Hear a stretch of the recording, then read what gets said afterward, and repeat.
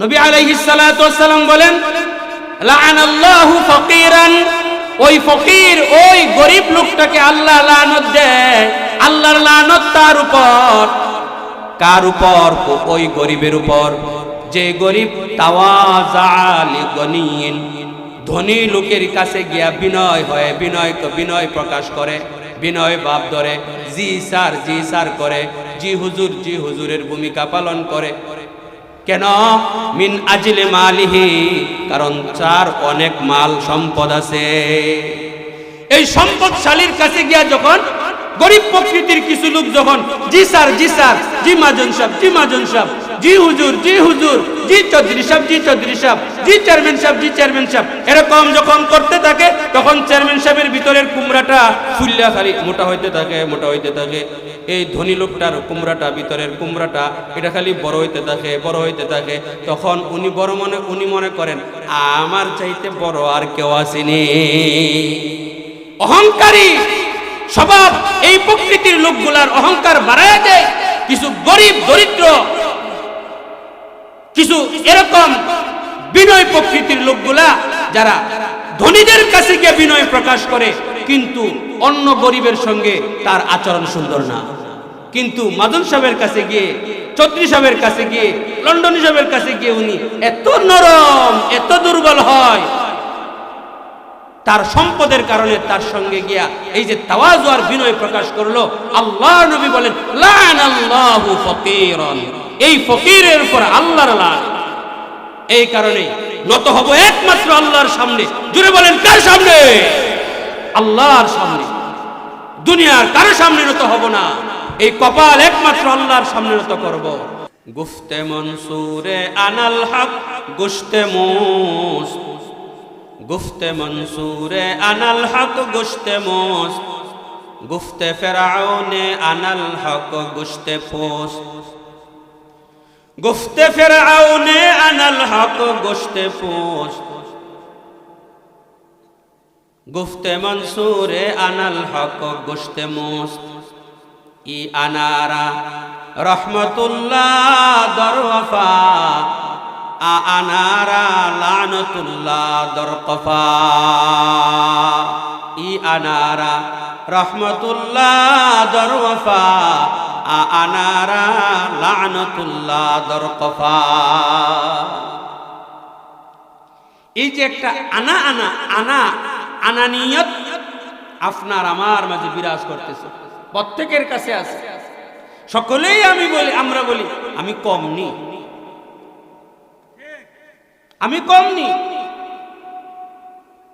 এই আমি কম নি এই কথাটা যদি যথার্থ হয়, তাহলেও এটা থেকে দূরে থাকা। আর যদি যথার্থ না হয়, তাহলে তো এরকম বলাই যাবে না। একজন যদি সত্যিকার অর্থে দ্বীনের একজন ধারক বাহক হয়, সত্যিকার অর্থে আল্লাহ তাআলা তাকে ইলম দিয়েছেন, কোরআন হাদিসের ইলম, উনি যদি একটু উনাকে উপস্থাপন করে যে আমি একজন আলিম, তাহলে এটা এক সময় মেনে নেওয়া যায়। কিন্তু বাংলা তাফসীর পড়িয়া আর শুনে ওয়াজ শুনিয়া বড় মুফাসসির মুহাদ্দিস হইয়া যদি বেটাগিরি দেখানি আরম্ভ হয়, তাহলে এটা তো মেনে নেওয়া যায় না। ওয়ালা আলি ইব্রাহিম ইন্নাকা হামিদুম মাজিদ।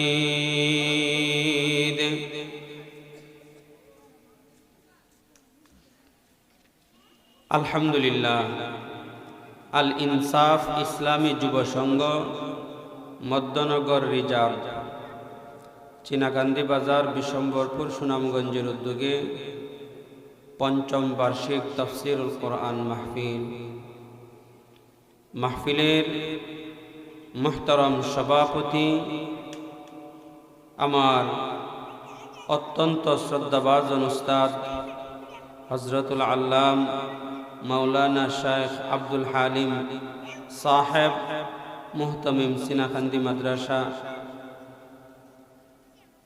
মাওলানা আব্দুল ওয়াদুদ সাহেব, ইমাম ও খতিব, মধ্যনগর রিজার্ভ জামে মসজিদ, দিগর উলামায়ে কেরাম, সামনে বসা মুরব্বিয়ানে আযম, আমার যুবক ভাইরা, পর্দার অন্তরালে অবস্থানরতা আমার শ্রদ্ধেয় মা ও বোনেরা, সর্বপ্রথম আমরা মহান রব্বুল আলামিনের দরবারে শুকরিয়া জ্ঞাপন করছি যে মহান মালিক অত্যন্ত মেহেরবানি করে আমাদেরকে আজকের আয়োজিত এই তাফসিরুল কোরআন মাহফিলে অংশগ্রহণ করার তৌফিক দান করেছেন, পাশাপাশি আমাদেরকে সুস্থ রেখেছেন। এই জন্যে দিলের গভীর থেকে শুকরিয়া তান আওয়াজ করে সবাই একবার পড়ি আলহামদুলিল্লাহ।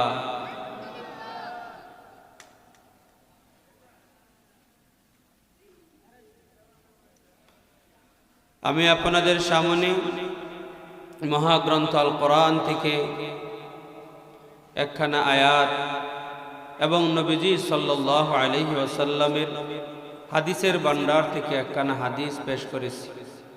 আয়াত এবং হাদিসের মধ্যে নির্ধারিত একটা বিষয় আছে। আমি নিয়ত করেছি এই বিষয়বস্তুকে সামনে রেখে কিছু আলোচনা করা।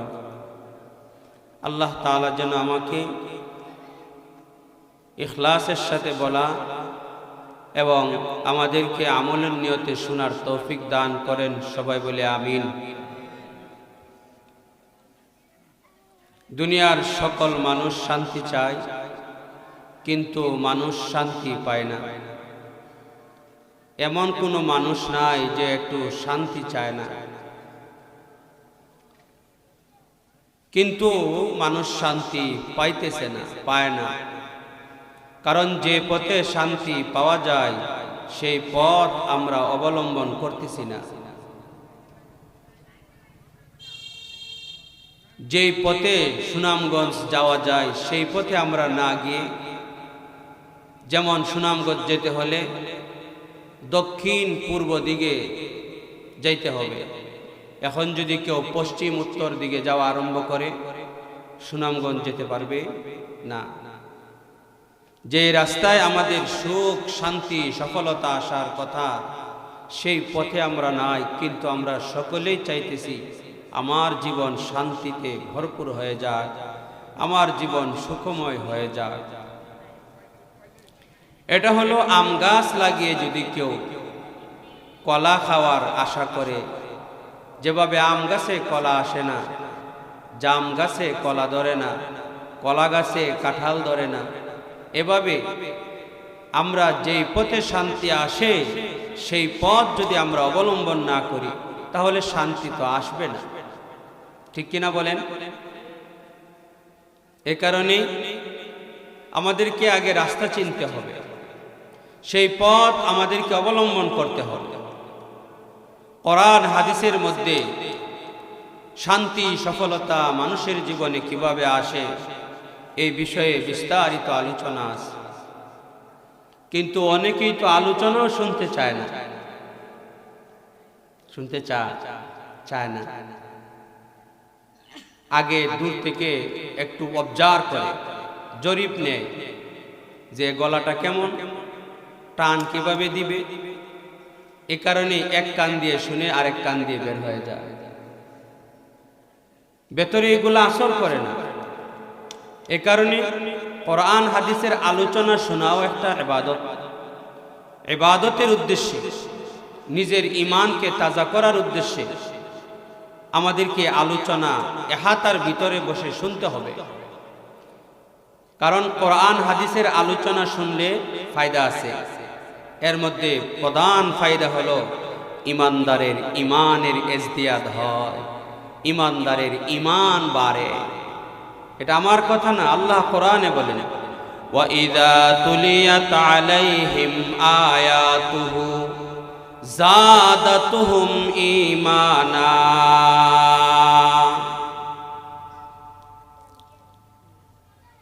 ঈমানদারের সামনে যখন আল্লাহর কোরআনের তিলাওয়াত করা হয়, আল্লাহর কোরআনের আলোচনা করা হয়, তখন ইমানদারের ইমানের মধ্যে ইজদিয়াদ হয়, ইমানদারের ইমান বৃদ্ধি পেতে থাকে।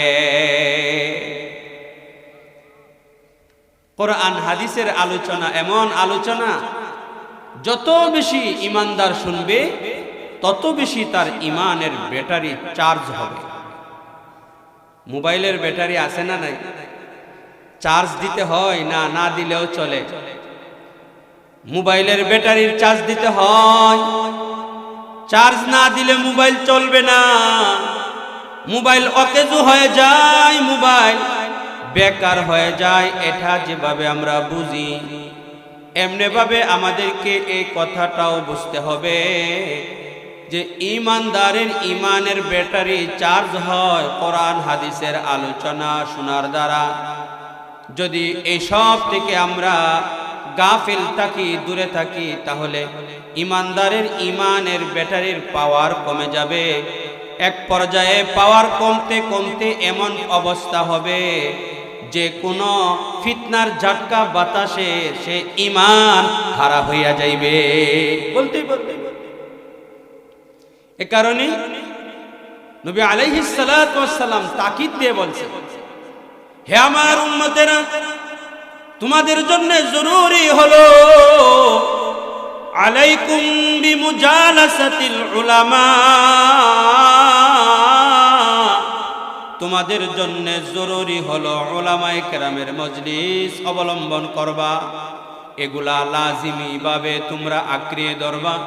যেখানে উলামায়ে কেরামের মজলিস হবে, আলিম উলামা আসবে, কোরআন হাদিসের আলোচনা করবে, সেই মজলিসগুলাকে তোমরা গুরুত্বের সাথে আঁকড়িয়ে ধরবা।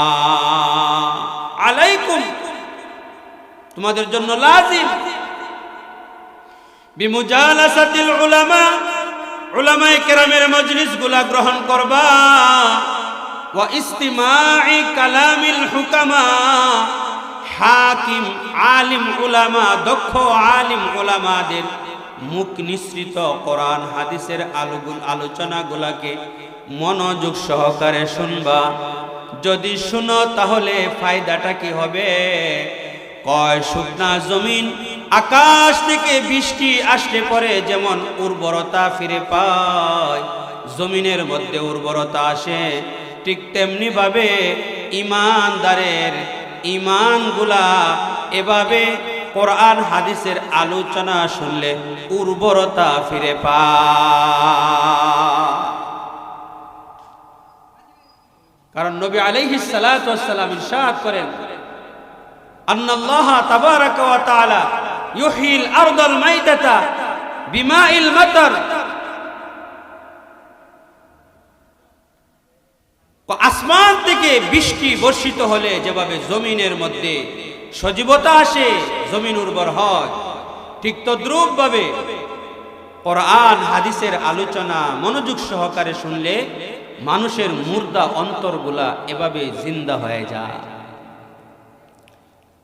তো বলতেছিলাম যে সব কারণে আমাদের সুখ শান্তি আমাদের জীবনে আসে না। এই সব কারণ সমূহের মধ্য থেকে একটা অন্যতম কারণ হলো আমরা নিজেরা নিজেকে অনেক বড় মনে করি, আর অন্য মানুষগুলাকে আমরা ছোট মনে করি। নিজেকে অনেক বড় মনে করি, অন্যকে ছোট মনে করি। হক আমার সামনে আসলে মন মতো হলে মানি, মন মতো না হলে প্রত্যাখ্যান করি, মানি না। এই যে একটা মারাত্মক রোগ, এই রোগের কারণে আপনার আমার জীবনের মধ্যে সুখ শান্তি আসে না। কারণ সবাই বলে আমি কম নি, আমার টাকা পয়সা কম আসেনি,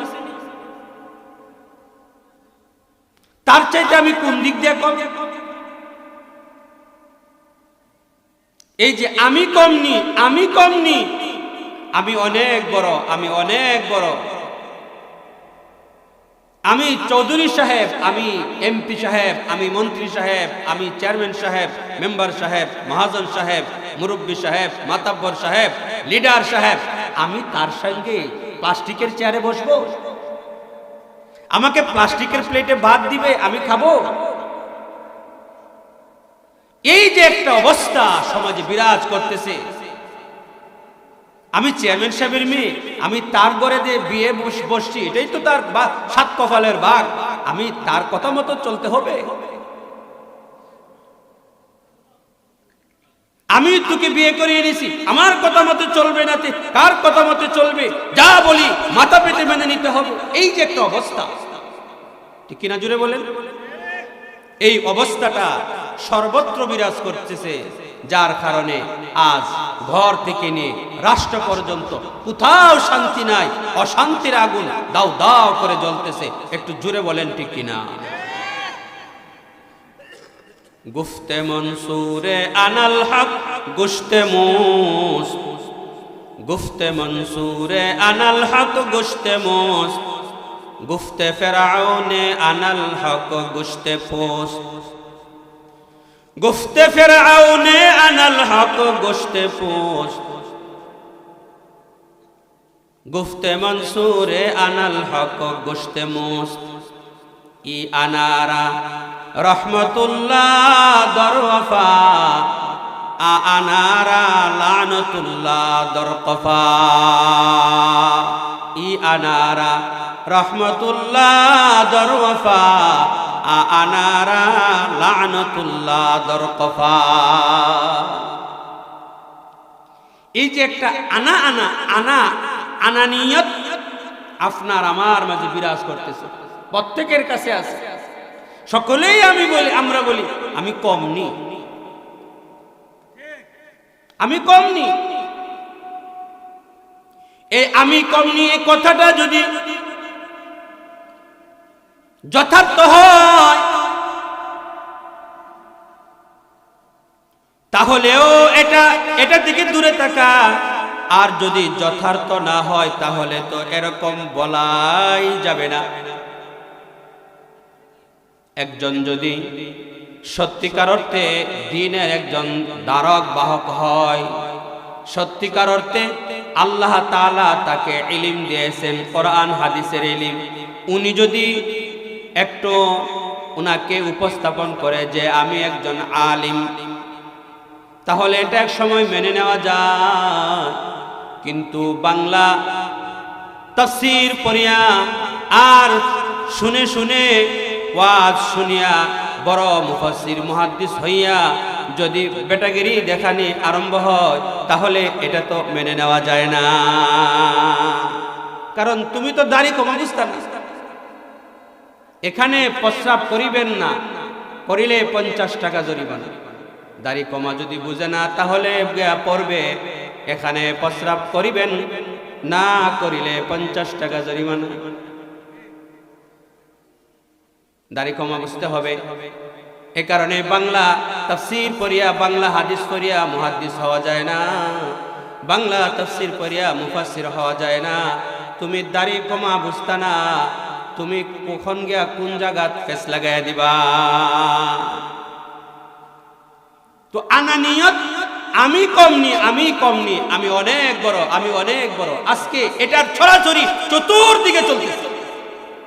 চাষ চলে বসলেও আলোচনার মধ্য থেকে অন্যতম আলোচনা হলো, আমার 2 ছেলেকে পাঠিয়ে দিছি লন্ডন, আমার এক ছেলে আমেরিকা, আমি তো এখানে মার্কেট করতেছি, আমি এই করতেছি, আমি সেই করতেছি, আমি এরকম, আমি সেরকম, আমি অমুক সাহেব, আমি তমুক সাহেব হয়ে গেছি।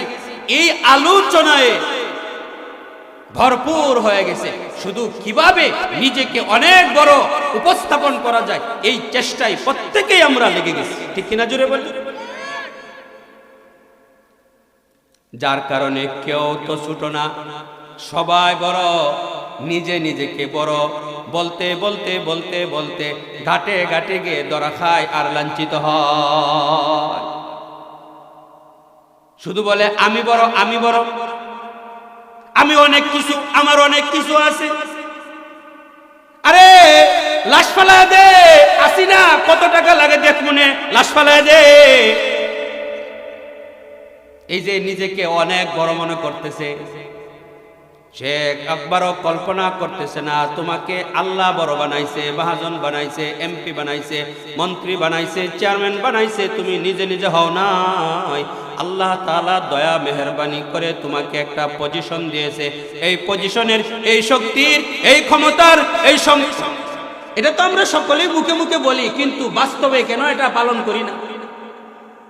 বাস্তবে প্রত্যেকেই শুধু গফে বসলে তার চাইতে বড় আর এই এলাকার কেউ না। আমার এই আছে, আমার সে আছে, আমার এটা, আমার সেটা, আমি অমুক, আমি তমুক, আমার কোনো দিকে কম নাই। এই যে একটা অবস্থা, আল্লাহর এক ওলি ডাক দিয়ে বলেন, এই তুই শুধু এত গফতেস কেন? চন্দে গুই বাগে মন বুস্তানে মন, আর কতদিন বলবে এই বাগানটা আমার, এই বিল্ডিংটা আমার, এই যে 2 তলা বিল্ডিং এটা আমি করতেছি, এই যে মার্কেট দেখতেছো এটা আমার, এই যে বন্ধের ক্ষেত দেখতেছো এই সবগুলো আমার, এই যে গপ দিতেছো গপ।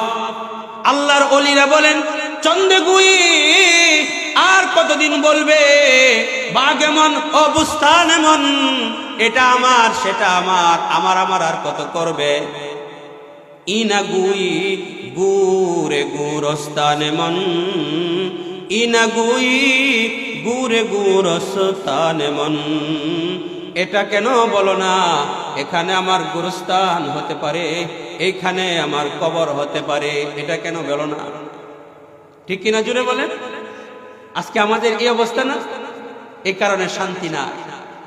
যাদেরকে আল্লাহ তাআলা দয়া মায়া করে কিছু সম্পদের মালিক বানায় দিছেন,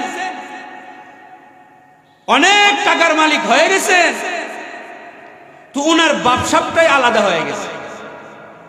রাস্তা দিয়ে হাঁটে, তো উনার হাঁটার অবস্থাটা হলো উনি মাটিতে জমিনে পা ফেলেন, বোঝা যায় খুব তপাস তপাস করে পা ফেলেন। হাঁটেন তো গা গর্দানটা উঁচা করিয়া হাঁটেন, বুকটা ফুলায় ফুলায় হাঁটেন, গর্দানটা লম্বা করিয়া হাঁটে, লঙ্গিটা একটু তুলা দিয়ে হাঁটে, একটু পরে পরে কলার লাড়া দেয়, আর একটু ভাব ধরে হাঁটে। একটু জোরে আওয়াজ দিয়ে বলতে হবে, সমাজে এমন কিছু মানুষ আছে না নাই? আর একটু জোরে বলেন, আছে না নাই? এদের কানে মেসেজ পৌঁছায় দেওয়ার জন্য আমার আজকের আলোচনা। এই যে আপনি জমিনে দম্ভ অহংকার ভিতরে নিয়ে গরিমা করে হাঁটেন, কারণ আপনার সরকার ক্ষমতায় আসার সম্ভাবনা আছে, আপনার অনেক টাকা আছে, আপনার গোষ্ঠীটা অনেক বড়, আপনার গায়ে জোর আছে, আপনার লাঠি আছে। এই কারণে জমিনে হাঁটেন সময় আপনি একটা ভাব ধরে হাঁটেন। রে ভাই, এই বাপ মুহূর্তের মধ্যে আল্লাহ কমায় দিতে পারেন, পারেন কি পারেন না? জোরে বলেন। আল্লাহ তাআলা আল্লাহর বান্দার জন্য বড় দয়া, বড় মায়া। এই কারণে আল্লাহ তাআলা ডাক দিয়া বলেন, রে বান্দা, আমি আল্লাহর এই যে জমিন তোমাদেরকে চলার জন্য দিয়েছি, জমিনে চলবা তো অহংকার ভিতরে নিয়ে চলবা না। আল্লাহ তাআলা ডাক দিয়ে বলেন, ওয়ালা তামশি ফিল আরদি মারাহা, আমার জমিনে মারাহ করে হাঁটবা না, দম্ভ অহংকার ভিতরে নিয়ে হাঁটবা না। তোমার ব্যবসাবে বোঝা যায় আমার জমিন ফাটায় লাইবা। এই অহংকারী কিছু লোক সমাজে আছে, যাদের হাঁটার গতি দেখলে বোঝা যায় যে ভাব ধরে হাঁটতেছে, মনে কর তার কদম রাখার সঙ্গে সঙ্গে জমিন ফাটিয়া যাইবে। তার ব্যবসাটা এরকম। আল্লাহ তাআলা এই কারণে হুঁশিয়ার করে দিতে গিয়ে বলেন, এমন ভাব নিয়ে আমার জমিনে হাঁটবা না, কারণ ফাইন্নাকা লান তাখরিকাল আরদা, তোমার হাঁটার ভাবে বোঝা যায় আমার জমিন তুমি ফাটায় লাইবা। কখনো কশিন কালেও কোনোদিন আমি আল্লাহর জমিন ফাটাইতে পারবা না। ইন্নাকা লান তাখরিকাল আরদা, আর তোমার গর্দান উঁচা করে চলার ভাবে বোঝা যায় তুমি অনেক উঁচা, অনেক উঁচা, অনেক লম্বা। আল্লাহ বলেন, রে বান্দা, এমন গরিমা আর অহংকার ভিতরে নিয়ে গর্দান উঁচা করিয়া হাঁটিও না। তাকায় দেখো আমি আল্লাহর কত বড় বড় উঁচা উঁচা পাহাড় তৈরি করে রাখছি। তুমি কি উঁচা, তুমি কি গর্দান উঁচা করো? লান তাবলুগাল জিবালা তুলা, লম্বার উঁচাইয়ের দিক দিয়া আমার পাহাড়ের সমান কশিন কালেও হইতে পারবা না। যদি মনে করতাম উঁচা ভাব ধরিয়া যদি পাহাড়ের চাইতে উঁচা হয়ে যেতে পারে, তাহলে না ভাব ধরাটা স্বাস্থ্য। 3 আঙ্গুল বেটা না যে ভাব ধরে আটে, আছে না সমাজে কিছু মানুষ এরকম। পেছনের কথা ইতিহাস স্মরণ করে দেয় ব্যবহারের দ্বারা। আগের যুগে অবস্থা বেশি ভালো ছিল না। বাজারে 8 আনার ব্যাগ বিক্রি করতো, ফাতা বিড়ি বিক্রি করতো। আল্লাহ তাআলা দয়া মায়া করিয়া সম্পদশালী বানায়া দিছে। এখন ভাব ধরছে। এখন উনার যে ভাব, গরিবের সঙ্গে মারতে চায় না। কথা বললে অন্যদিকে ফিরিয়া কথা বলে। একটু জুড়ে বলেন, সমাজে আছে না এরকম? জুড়ে আওয়াজ করে বলেন, আছে না? আছে যে এটা মেসেজটি তো তার কারণে পৌঁছে দেওয়ার দরকার। আপনারা আওয়াজ না দিলে তো হবে না। আওয়াজ দেন নারায়ে তাকবীর। মুসলমানের জোরে নারায়ে তাকবীর। এরকম সমাজে কিছু লোক আছে, সরকার এখনো ক্ষমতায় আসে না, কিন্তু যে ভাব ধরছে এদের পতন নিশ্চিত, এদের অধপতন নিশ্চিত। ভাব ধরলে অধপতন আসবে, এটা নিশ্চিত। কারণ অহংকার পতনের মূল। আপনি তো বলে লোকে তো কথা বলে অহংকার পতনের মূল। তাহলে আপনি কেন ভিতরে অহংকার আনেন? নবী আলাইহিস সালাতু ওয়াস সালাম বলেন, আল্লাহ তাআলা বলেছেন হাদিসে কুদসি, আল্লাহ তাআলা বলেন আল আযমাতু ইজারি ওয়াল কিবরিয়াউ রিদাই। বরত্ব প্রদর্শন করা হলো আমি আল্লাহর লুঙ্গি, ওয়াল কিবরিয়াউ রিদাই, আর অহংকার প্রদর্শন করা হলো আমি আল্লাহর চাদর। ফামান্না জানি ওয়াহিদাম মিনহুমা, আল্লাহ তাআলা বলেন, নবী বলেছেন, আল্লাহ তাআলা বলেন, আল্লাহ বলতেছেন আমার এই দুইটার কোনো একটা নিয়ে যদি কেউ টানাটানি করে, আযাবতুহু ফিন্নার, আমি আল্লাহ তাকে জাহান্নামের আযাবে শাস্তি দিব। বরত্ব প্রদর্শন করা এটা আল্লাহর গুণ, অহংকার প্রদর্শন করা আল্লাহর গুণ। অতএব বান্দা আল্লাহর গুণ নিয়ে টানাটানি করবে না।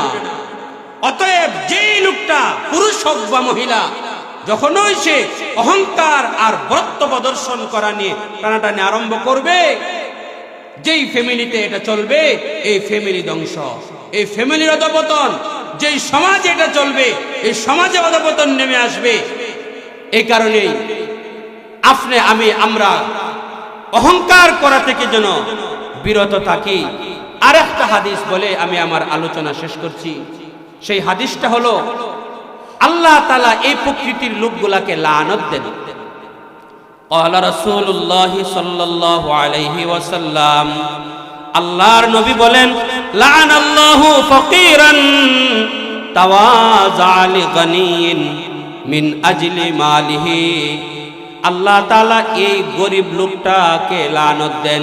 একটু মনোযোগ সহকারে শুনবেন। অহংকারীরা অহংকার করতে গিয়ে আরো ফস পায়, প্রাধান্যতা পায় কিছু গরিবের কারণে।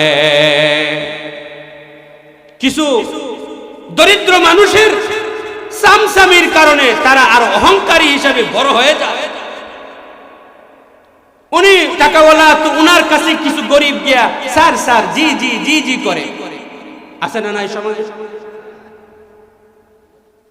নবী আলাইহিস সালাতু ওয়াস সালাম বলেন, লা'নাল্লাহু ফাকীরান, ওই ফকির ওই গরিব লোকটাকে আল্লাহ লানত দেয়। আল্লাহর লানত তার উপর। কার উপর?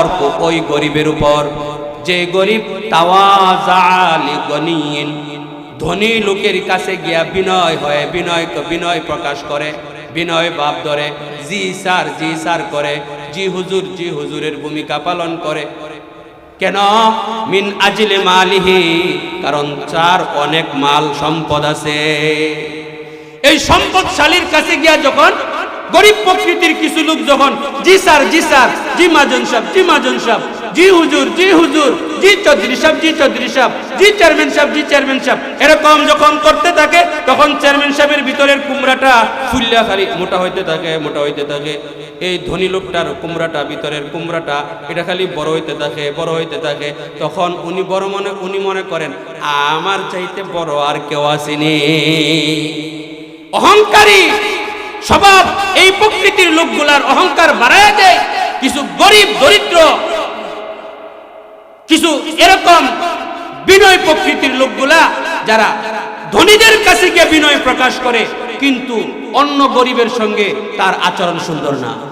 কিন্তু মাদুন সাহেবের কাছে গিয়ে, চৌধুরী সাহেবের কাছে গিয়ে, লন্ডনী সাহেবের কাছে গিয়ে উনি এত নরম, এত দুর্বল হয়, তার সম্পদের কারণে তার সঙ্গে গিয়া এই যে তাওয়াজু আর বিনয় প্রকাশ করলো। আল্লাহর নবী বলেন লানাল্লাহু ফকিরান, এই ফকিরের উপর আল্লাহর লান। এই কারণে নত হব একমাত্র আল্লাহর সামনে। জুড়ে বলেন কার সামনে? আল্লাহর সামনে। দুনিয়ার কারো সামনে নত হব না। এই কপাল একমাত্র আল্লাহর সামনে নত করব। আল্লাহ তাআলা আমাদেরকে বিনয় ভাব ভেতরে নিয়ে চলা আর অহংকারী ভাব এটা ভেতর থেকে দূর করা। আর যদি গরিব হই তাহলে আরো বেশি কোন ধনীর সামনে গিয়া যেন ধর্ণা না দেই, আল্লাহর কাছে সদা সর্বদাই ধর্ণা দিব। বিনয় ভাব ভেতরে নিয়ে চলব। যেই গাছে ফল বেশি এই গাছ ঝুঁকে যায়, এই গাছ ঝুঁকা থাকে। যার ভেতরে বিনয় থাকবে সে ঝুঁকে থাকবে। অহংকার থাকলে একটু লাফালাফি করে। এরকম প্রকৃতির লোককে মানুষ ভালোবাসে না, হৃদয় দিয়ে ভালোবাসে না। এই কারণেই আল্লাহ তাআলা যেন আমাদেরকে বিনয় ভাব ভিতরে নিয়ে মানুষের সঙ্গে সুন্দর আচরণ করা, মানুষের সঙ্গে কর্কশ ভাষায় কথা না বলা। কোন স্ত্রী যদি স্বামীর সাথে বিনয় ভাব আর সুন্দর আচরণ করে, এই স্বামী তাকে অন্তর দিয়ে ভালোবাসে। আর যদি হয় লইয়া খাইয়া দাও, তখন ওই স্বামী কয় কি বিয়া করলাম, দুজক একটা জল্লাদ বেটি একটা গর্ব আনলাম, আমার কপালে বুঝি সুখ নাই, সুখ আসবে কিভাবে? পুরুষদেরকে আল্লাহ তাআলা নারীদের উপর কর্তৃত্ব দান করেছে। নারী হলো তার অধীনে, অতএব বৈধ প্রত্যেকটা বিষয়ে তাকে মানতেই হবে আল্লাহর বিধান। যদি মানে না, অমান্য করে অহংকার দেখায়, তাহলেই এই ফ্যামিলিতে জাহান্নামের আযাব নেমে আসবে, শান্তি আসবে না। এই কারণে আল্লাহ তাআলা আমাদেরকে আয়াত এবং হাদিসের আলোকে যে আলোচনাগুলা করলাম, শুনলাম, আমাদেরকে আমল করার তৌফিক আল্লাহ তাআলা দান করুন। সবাই বলে আমিন। ওয়া আখিরু দাওয়ানা আনিল হামদুলিল্লাহি রাব্বিল আলামিন।